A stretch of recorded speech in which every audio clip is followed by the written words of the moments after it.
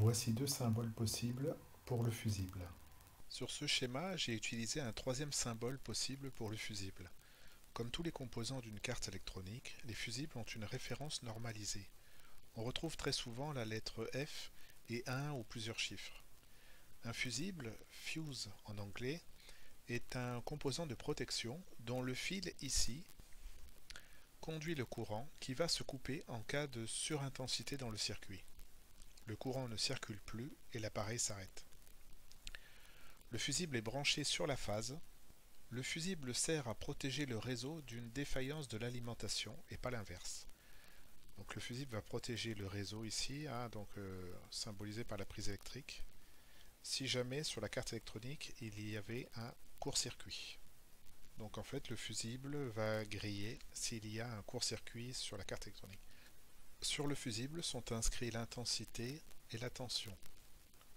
On remarque aussi qu'il est écrit sur la carte à côté du fusible T1. Les fusibles peuvent être rapides ou retardés, c'est-à-dire temporisés.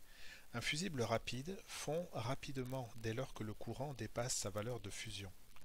On utilise un fusible retardé pour qu'un montage supporte une surintensité brève, par exemple lors d'un démarrage d'une charge provoquant un appel de courant fort, d'une mise sous tension, etc. Donc le T signale un fusible temporisé. Pour vérifier qu'un fusible est opérationnel, qu'il soit sur un circuit ou enlevé du circuit, on peut le tester avec le multimètre et l'on a plusieurs méthodes. Je vais vous en montrer deux.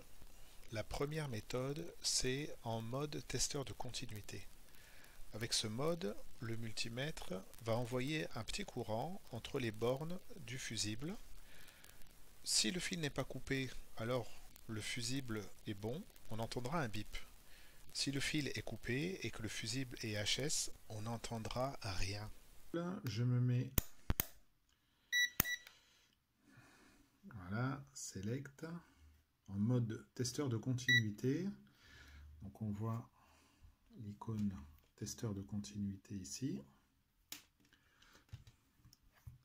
Voilà.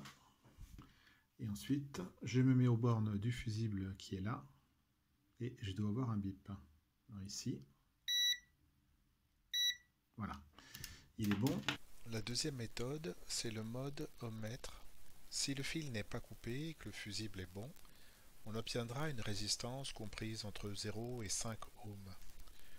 Si le fil est coupé et que le fusible est HS, on obtiendra une résistance supérieure à 5 ohms ou ce sera marqué .OL, c'est-à-dire que le fusible sera HS. En mode ohmmètre, donc je réappuie sur select.